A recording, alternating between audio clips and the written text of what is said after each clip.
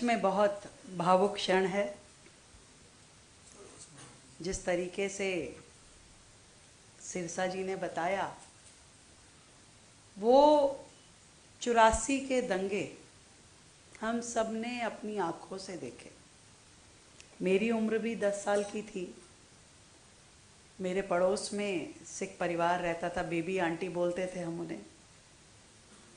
और हर पल ये डर कि कौन दंगाई आ जाएगा, क्या कर देगा, हमें पता नहीं था। छिप के रहता था वो परिवार। उनका बेटा, उसने केश त्याग दिए। छोटे थे, पता नहीं था क्यों हो रहा है ऐसा। और उसके जैसे न जाने हमारे कितने सिख भाइयों ने, कि हमारी पहचान छिप सके इसके लिए केश त्यागे। उस 84 के दंगे में सामने जला देना, इससे भयंकर क्या हो सकता है। कभी जलियांवाला बाग ने सीने पे गोली खाई थी, पर जिंदा जला देने का देश में ऐसा इतिहास, बर्बर इतिहास कभी भी भूला नहीं जा सकता।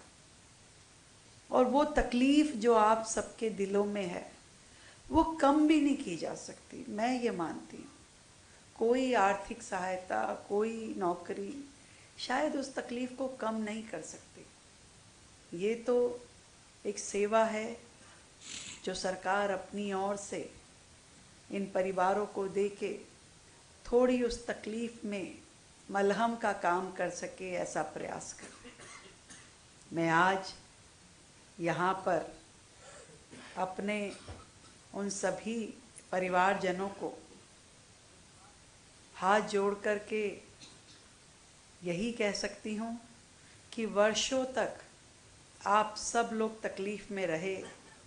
सरकारें आई और चली गई, परंतु जो आपके साथ में व्यवहार होना चाहिए था, जो आपके दर्द को कम किया जाना चाहिए था, वो नहीं हुआ। मुझे आज भी राजीव गांधी जी के वो शब्द कानों में गूंजते हैं, जब उनसे किसी ने कहा कि भाई इतने दंगे हुए, इतने सिख बंधुओं को मार दिया गया, और उन्होंने कहा कि जब एक बड़ा पेड़ हिलता है तो धरती तो हिलेगी ही, जब बड़ा पेड़ गिरता है। यानी वो एंडोर्स कर रहे थे कि जो हो रहा है सही हो रहा है, और इसीलिए उनके इतने सारे नेता लोग उसमें इन्वॉल्व थे, जिन्होंने अपने हाथों से ये सब कुछ किया।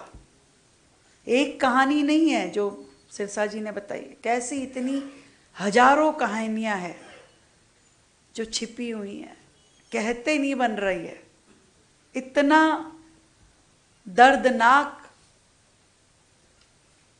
वाकया जो इतिहास में दर्ज है, इतिहास शर्मिंदा है ऐसे लोगों पे। और देखिए कितने आराम से वो सारे केस बंद कर दिए गए थे, छोड़ दिए गए थे।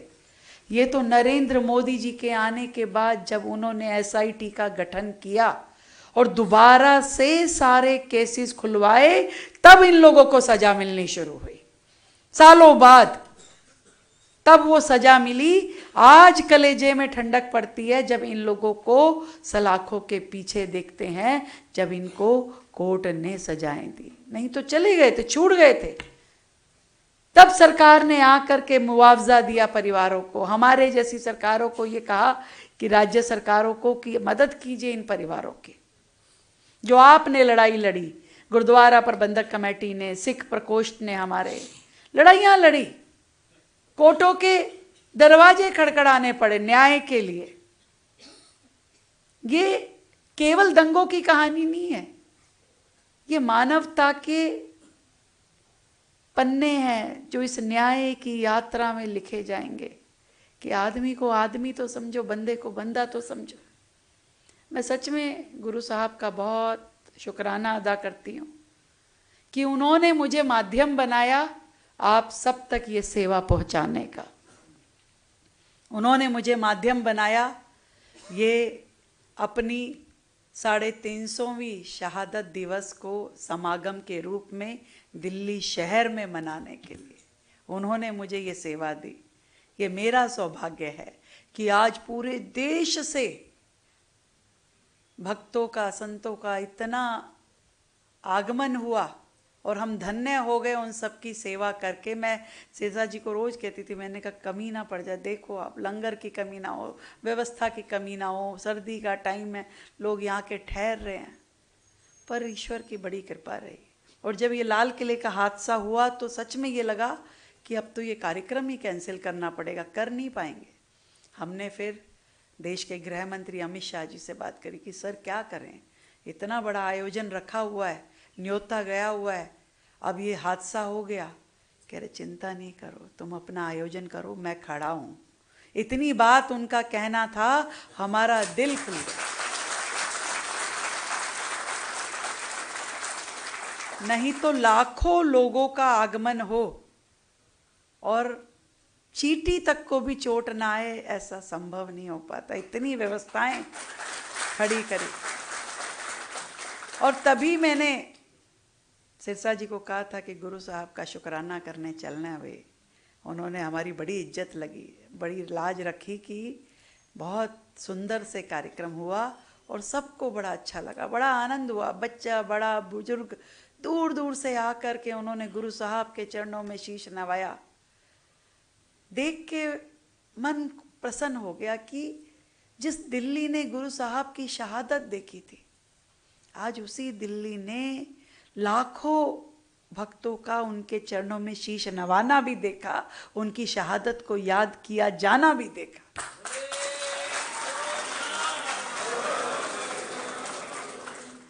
अमृतसर जाकर के हमने पूरी कैबिनेट के साथ में गुरु साहब के चरणों में शीश नवाया, शुक्राना किया और कहा कि प्रभु बस हमें इस सेवा के काम में आगे बढ़ाते रहो। जो दिल्ली के दिल में दर्द है हम उसे कम करते रहे। जो सेवा आपने हमें दी है इसे हम अपनी पूरी ताकत से निभाते रहे। जितनी समस्याएं दिल्ली की हैं उनका समाधान करने के लिए दिन रात लगे रहें। और मैं सच में इस बात का धन्यवाद करती हूँ अपने माननीय प्रधानमंत्री मोदी जी को कि उन्होंने मुझे कैबिनेट इतनी बढ़िया दी है, सिरसा जी जैसे मंत्री दिए जो एक आवाज़ पे मैं आधी रात कुछ कह दूँ तो उसको पूरा करने के लिए लग जाते हैं। मैंने अभी भी इनको कहा मैं वीर बाल दिवस करना है, भाई बढ़िया करना है, जोरदार, चिंता नहीं करो दीदी, तुसी बढ़िया करेंगे।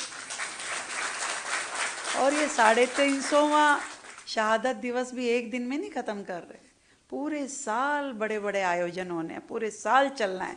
तो बस आज आप सब यहाँ हैं, हमारे सभी अधिकारी यहाँ हैं, उन्होंने हमारे भाव को समझा और इस काम को, नियमों को बिल्कुल काट छाट के मिनिमम पे लाके उन्होंने इस भावना का सम्मान किया कि हम इन परिवारों की मदद करें।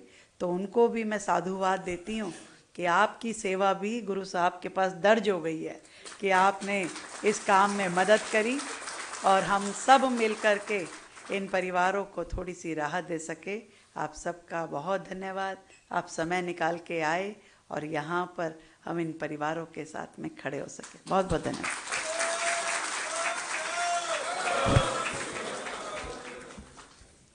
बहुत